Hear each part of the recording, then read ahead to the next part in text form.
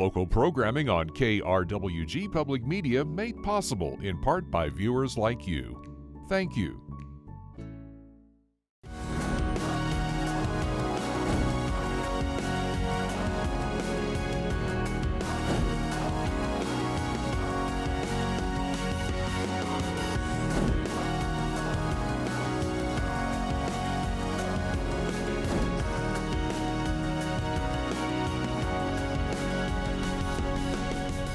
Welcome to Fronteras, a changing America. I'm Johnny Coker.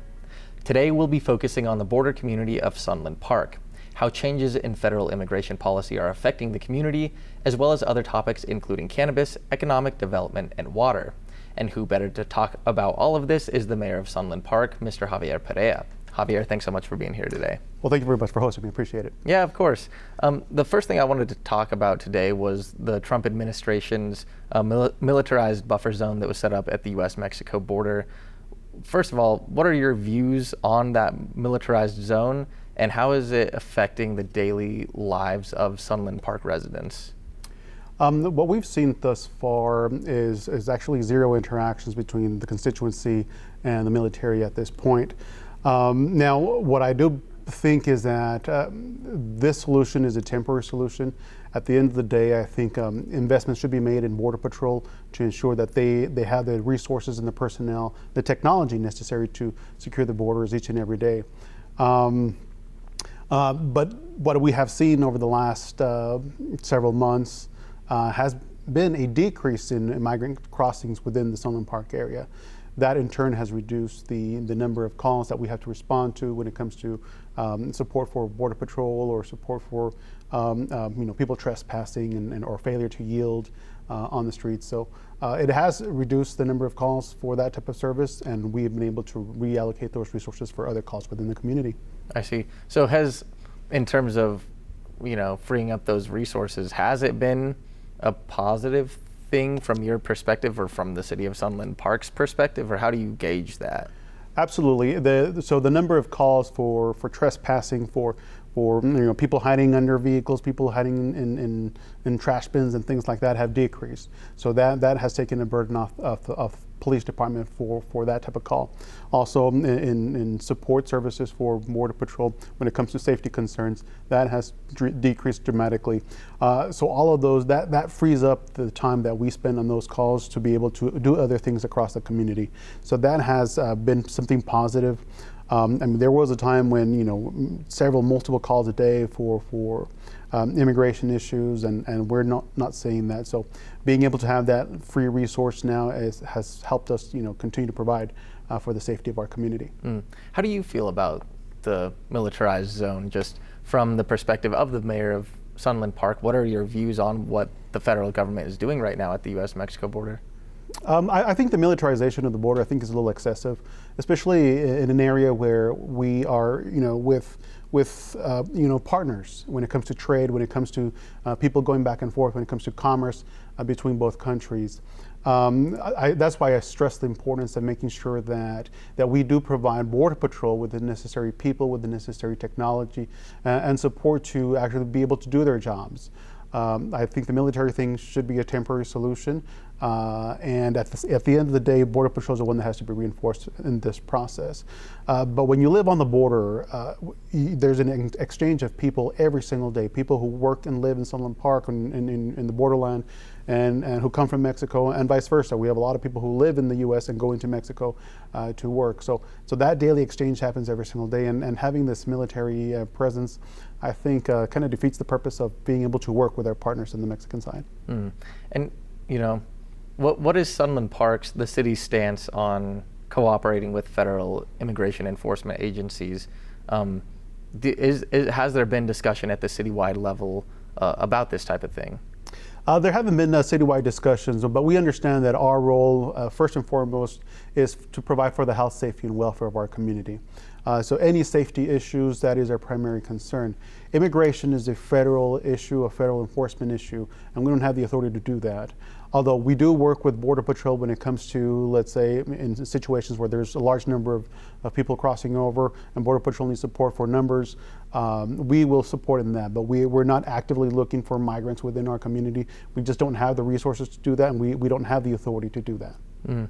And, have the changes in these federal immigration policies, I know y'all are really looking at economically developing the area and looking for more infrastructure money and all that, but have these policies affected that bottom line in terms of economic development and trying to grow what's going on in the city of Sunland Park? I have heard stories of trade between both countries of being, with the tariffs being an issue. The immigration issue, I don't think has had that big of an impact, but tariffs have. I've heard stories of people crossing merchandise, in the morning and being charged, thousands and thousands of dollars had they only waited for the afternoon when a change was made to, reducing that by several $1,000s. So that has had an impact on businesses. What the business sector is looking for is continuity, consistency in this process, because they are making investments, large dollar investments, and there's a lot of merchandise that goes back and forth between the United States and Mexico. And when the bottom line gets hurt, well, those investments can be delayed and can hurt, job creation, can hurt wealth in both sides of the country. Mm. And what are you hearing from constituents? I know you spoke a little bit about it, but about these tariffs and how it's affecting the bottom line of them. And of course, there's so much economic development happening at the U.S.-Mexico border. I imagine this is affecting people's jobs and their lives. I mean, are there some anecdotes you can share about, some of what you've been hearing about how these tariffs have been affecting the area? Yeah, from the business side, we have heard of investors holding back until something kind of stabilizes, because really they don't want to live in a situation where one day it costs $10 to cross something, and then the next day it costs $1. So they're looking for some consistency during these times. My hope is that things level off eventually, and we can get this traction going back and forth. But people, it is scaring some people in doing investments into the area. Whereas, we are a growing municipality. We are a growing area, the Santa Teresa Industrial Complex. So there are other talks and other conversations that are happening, and people are still looking to invest into the region, aside from the fact of what's happening at the federal level, because at the end of the day, the border is going to be there. Whether it's this administration or the next, the trade that has to exist between both countries is going to continue to increase over the next several years. So investments are still going to occur, but at what pace, I really can't tell you today. Hmm.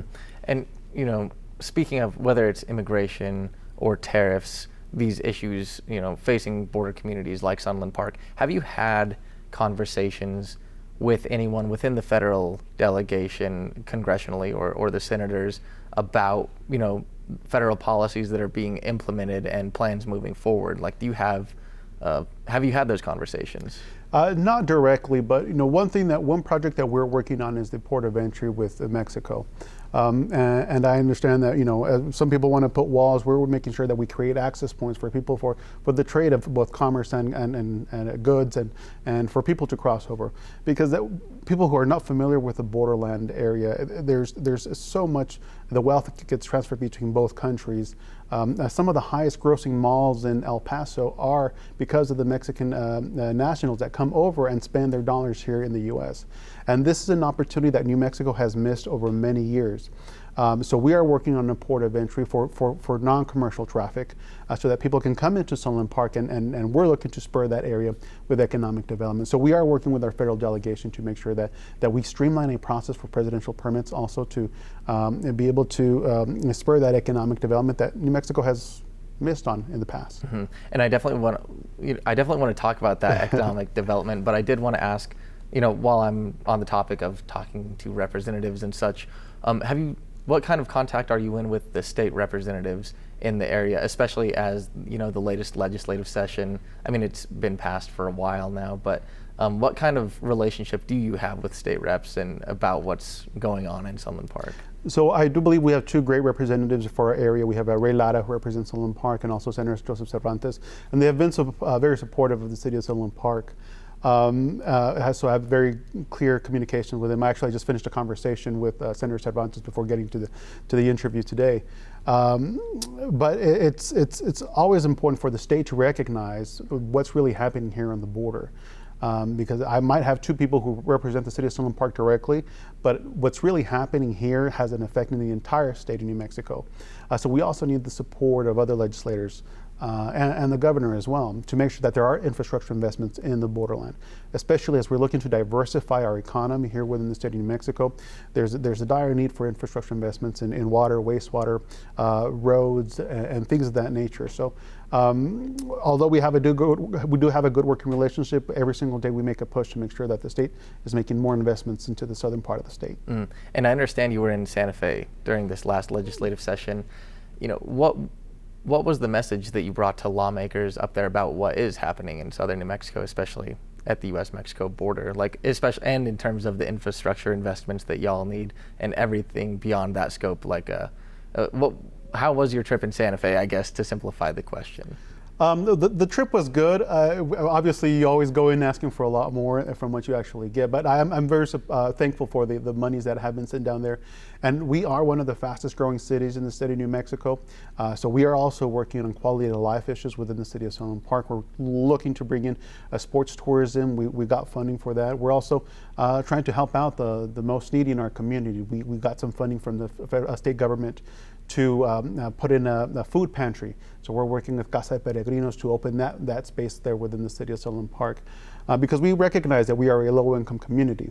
But as we continue to grow, we also have to manage the ability of being able to provide the workforce to work in the Santa Teresa Industrial Complex, and even in jobs across Mexico as well.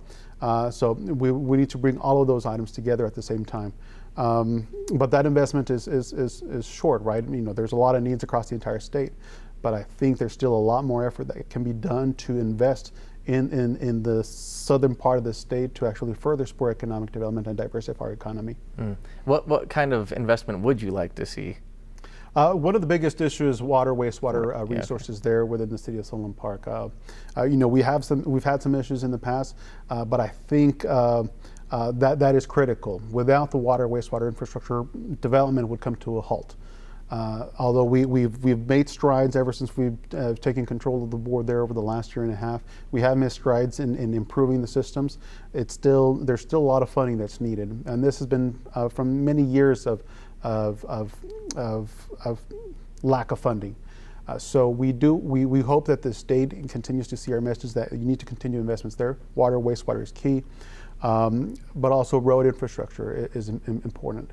Making sure that we have access points to different parts of the industrial complex and the entire region to spur economic development. So those are important things. And first and lastly, I mean, access to Mexico, because they are our largest trading partner here in New Mexico, and want to make sure that relationship continues to be fostered long into the future. Like I mentioned, it doesn't matter what administration is here, when that changes. That border is going to remain there. That's not going to change, and the need for trade between both countries is going to continue to grow as the area grows and the needs grow across the entire nation.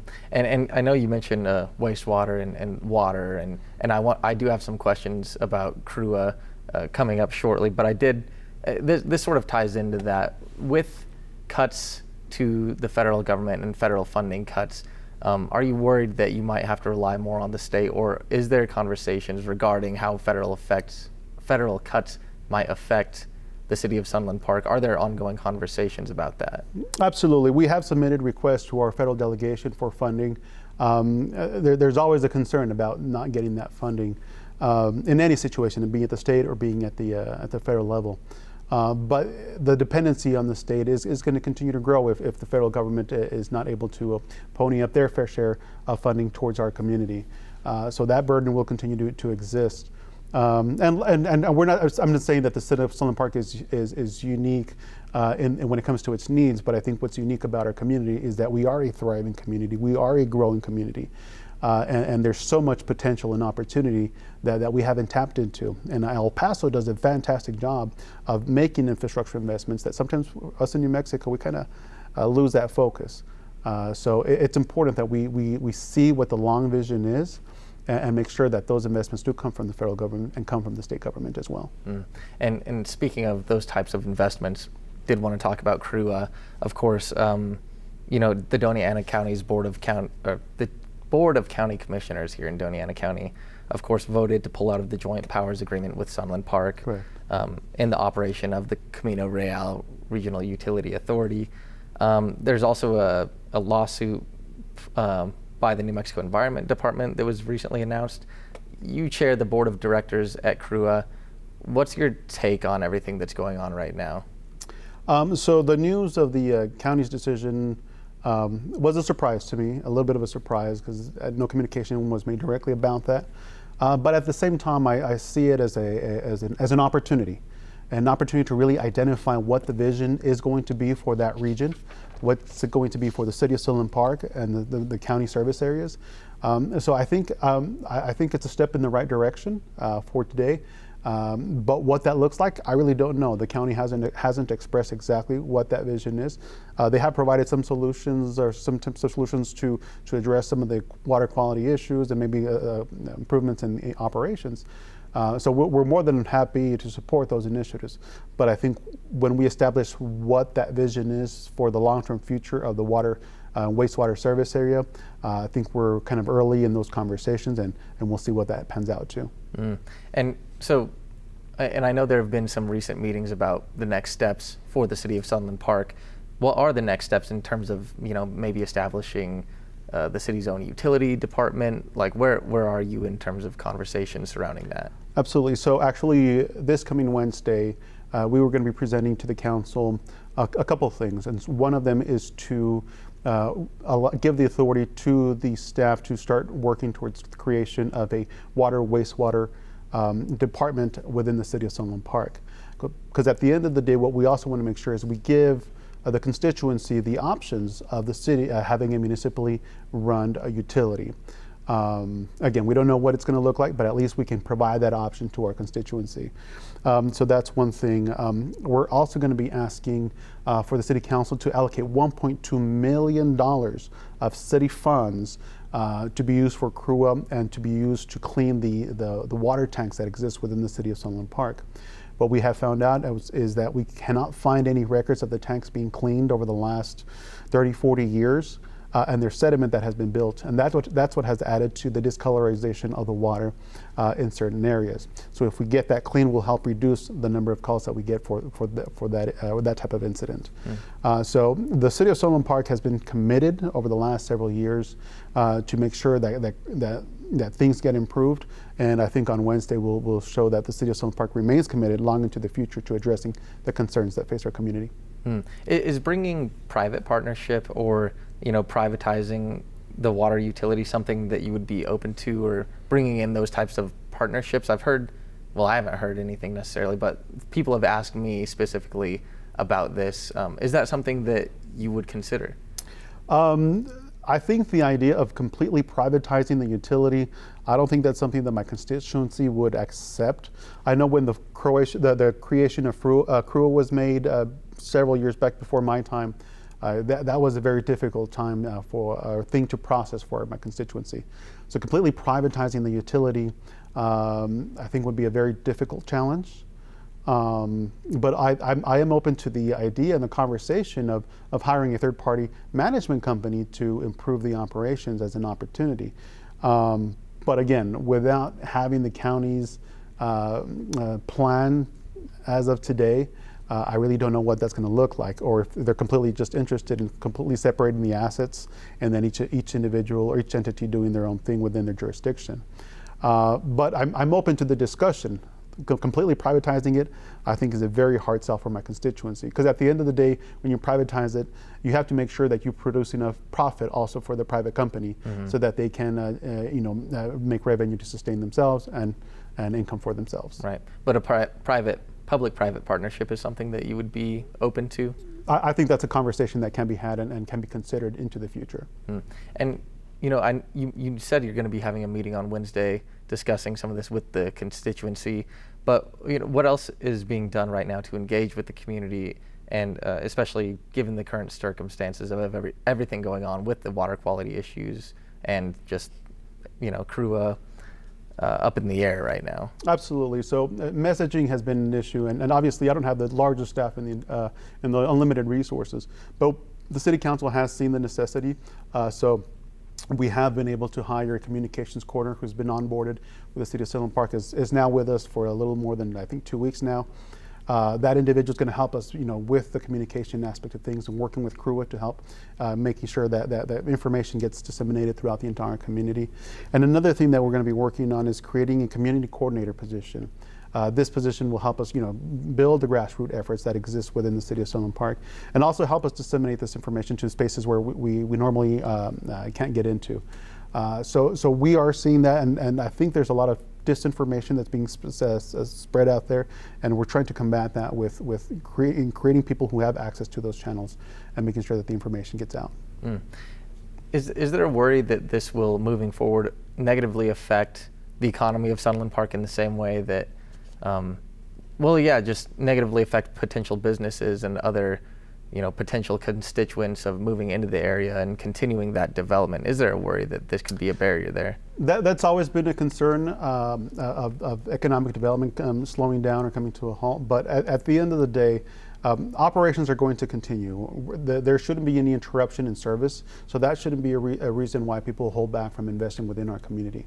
There's still a lot of opportunity. There's still a lot of investment that can occur, and as we work through these challenges, things are going to continue to improve. I'm sure of that. But it's going to take time. What happened with the community is not something that's happened overnight. It was a buildup of deferred maintenance for many years, and we're addressing those issues, one day at a time. But patience is key, and people shouldn't be afraid to invest in our community, to invest in the Santa Teresa Industrial Complex. There's a lot to happen. There's a lot of advantage that we can take up with the momentum that exists today. Mm. And Javier, we don't have a ton of time left, but I did want to segue into an economic conversation. Specifically, what type of economic development is happening in Sunland Park? What are some of the big opportunities for the town right now? Absolutely. So the City of Sunland Park is making several investments. One of them is the sports tourism industry. We have a sports complex that was previously underutilized. So we're looking to expand that, the services that we provide there. We're going to be adding fields. We just finished adding basketball court to that sports complex. We have a skate park, a nationally known skate park. We're going to be adding more soccer fields, baseball fields eventually. We just had a multi-generation building, thanks with support from our legislators as well for funding there. So we're adding capacity to that area. But we're also working towards the establishment of an entertainment district. We have the Sunland Park Racetrack and Casino, Western Playland, which was bought out by Traders Village, which exists in Texas and in San Antonio and Houston and Austin, if I'm not mistaken. They're probably going to be making investments in that area as well to attract tourism into the community.